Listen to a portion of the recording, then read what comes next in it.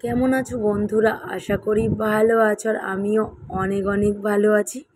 আমরা সবাই মিলে অনেক সকাল সকাল ঘুম থেকে উঠেছি আর বাড়ির সব কাজ কর্ম কমপ্লিট করে নিয়ে চান দান সেরে বেরিয়ে পড়েছি। আমরা কোথায় যাচ্ছি কেউ বলতে পারবে? কারোর যদি জানা থাকে অবশ্যই কমেন্টে জানিও। কিন্তু তোমরা অনেকেই বুঝে গিয়েছো যে আমরা কোথায় যাচ্ছি, কারণ আমাদের হাতে বাঘ আছে, তো তার জন্য আমাদের বাড়ি থেকে বেরোতে অনেকটাই লেট হয়ে গিয়েছিল, কারণ সবাইকে ডাকতে হাঁকতে অনেকটাই লেট হয়ে গিয়েছিল। আর তার মধ্যে আমার মেয়েটাও বায়না করছিল যাওয়ার জন্য, আবার ওকে সাথে করে নিয়ে গিয়েছি। বাট এসে স্টেশনে দেখছি যে ট্রেনটা এসে গিয়েছে, আর ট্রেন ছাড়তে বেশি টাইম নেই। একসাথে সবাই মিলে গেলে কি হয়, এ একটু দেরিতে বার হয়, ও একটু তাড়াতাড়ি বার হয়, আর সবাই মিলে একসাথে গেলে মজাটাই আলাদা। তো ওই জন্য আমরা প্রত্যেক বছর একসাথে যাই, বাট সাথে থাকে না মানির বাবা আর মানি, এরা থাকে না। বাট এবছর এরা বলছে যে আমাদের সাথে যাবে, তো তার জন্য সবাই মিলে একসাথে বার হয়েছি। আর সকাল থেকে ঘুম থেকে উঠেছি, সারাক্ষণ বৃষ্টি, সারা রাত বৃষ্টি হয়ে গিয়েছে, সকালেও পুরো বৃষ্টি হচ্ছে। আমি তো পুরো ভিজে গেছি, ভিজতে ভিজতে বাড়ি এসছি, মানে স্টেশনে গেছি, বাড়ি থেকে বের হয়েছি ভিজতে ভিজতে। আর ছাতা সাথে নিইনি, কারণ ছাতাটা নিয়ে কি করব, আমরা তো সেই সবাই মিলে স্নান সেরে ভিজে গায়ে বাবার কাছে যাব।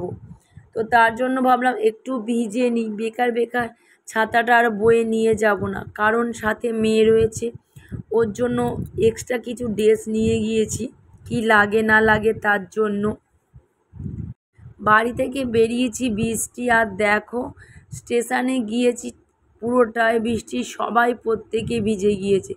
তবুও ঠিক আছে, কারণ আমরা বড়, আমরা ভিজলে কোনো যায় আসে না, বাচ্চাটা ভিজলে তার শরীর খারাপ করতে পারে। আর এখনকার আবহাওয়াও খুব একটা ভালো নেই। আর দেখো আমি কাঁচের চুড়ি খুঁজছিলাম, আর আগের দিন সেটা পেয়েও গেছি, কারণ সবাই আমাকে প্যাক মারছিল যে তুই কাঁচের চুড়িটা পাবি না, উমুক তুমুক অনেক কথা বলছিল। বাট ঠাকুরের কৃপা থাকলে যা হয়, আমি কাঁচের চুড়িটা পেয়ে গেছি। বাট যতটাই দাম দিয়ে কিনি না কেন, আমি তো পেয়েছি, এটাই আমার কাছে অনেক, কারণ আমি যেটা মন থেকে চাই সত্যি আমি সেটা পাই। আর দেখো তোমাদের সাথে কথা বলতে বলতে আমরা সবাই মিলে শিয়ালদা স্টেশনে চলে এসেছি। এইবারে আমরা আবার ট্রেন ধরবো। কটায় ট্রেন দিয়েছে দেখি, ওই সাইড থেকে ধরবো, ধরলে আমরা জাস্ট এখান থেকে বালিতে গিয়ে পৌঁছাবো। তারপরে আবার অন্য ট্রেন আছে, আমাদের অনেক অনেক কটা ট্রেন পাল্টাতে হবে আর যেতে হবে। এখানে এসেও দেখছি বৃষ্টি একেবারেই থামেনি, কন্টিনিউয়াসলি বৃষ্টি হয়ে যাচ্ছে, জানি না সারা রাত কি হবে। আর এদিকে দেখো আমরা ট্রেনের জন্য ওয়েট করছিলাম অনেকক্ষণ সবাই মিলে, আর ওয়েট করতে করতে ট্রেন চলে এসেছে আমাদের। আমাদের যে কি মজা হচ্ছে বলে বোঝাতে পারবো না, কারণ প্রত্যেক বছরই আমরা এই রকমভাবে আনন্দ করতে করতে বাবার কাছে যাই, আর সারা রাস্তা হাঁটি সারা রাত ধরে। একটু হয়তো রাস্তাতে বসি, বাট তারপরে আবার সাথে সাথে চলে যাই। কারা কারা আমাদের মতো এই রকমভাবে হেঁটে হেঁটে তারকেশ্বরে যাও, তারা কিন্তু অবশ্যই কমেন্টে জানাবে। আর আমার শরীরটা তো আগে থেকেই খারাপ ছিল, বাট গলাও ব্যথা, কিন্তু কি করব, বাবার কাছে যেতে হবে, শরীর খারাপ বললে হবে। দেখো তোমাদের সাথে কথা বলতে বলতে আমরা বালি হল্টে নেমে গিয়েছি। এবার এখান থেকে যাব আমরা শ্যাওড়াফুলিতে।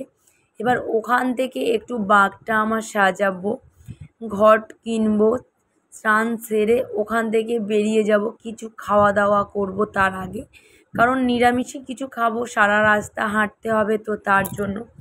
আর দেখো তোমাদের সাথে কথা বলতে বলতে আমরা সবাই মিলে চলে এসেছি শ্যাওড়াফুলিতে।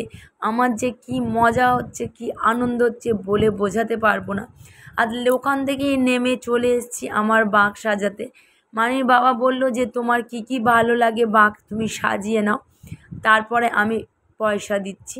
আমি বললাম ঠিক আছে, মনের মতো করে সাজিয়ে নিই, কারণ আরও কিছু ঘন্টা লাগাবো। আর আগেকার বাঁকটা ছিল নীল, বাট রঙটা একটু চটে গিয়েছে, ওই কাপড়টাও চেঞ্জ করব। আর একটা ত্রিশূলও নেওয়ার ইচ্ছা আছে।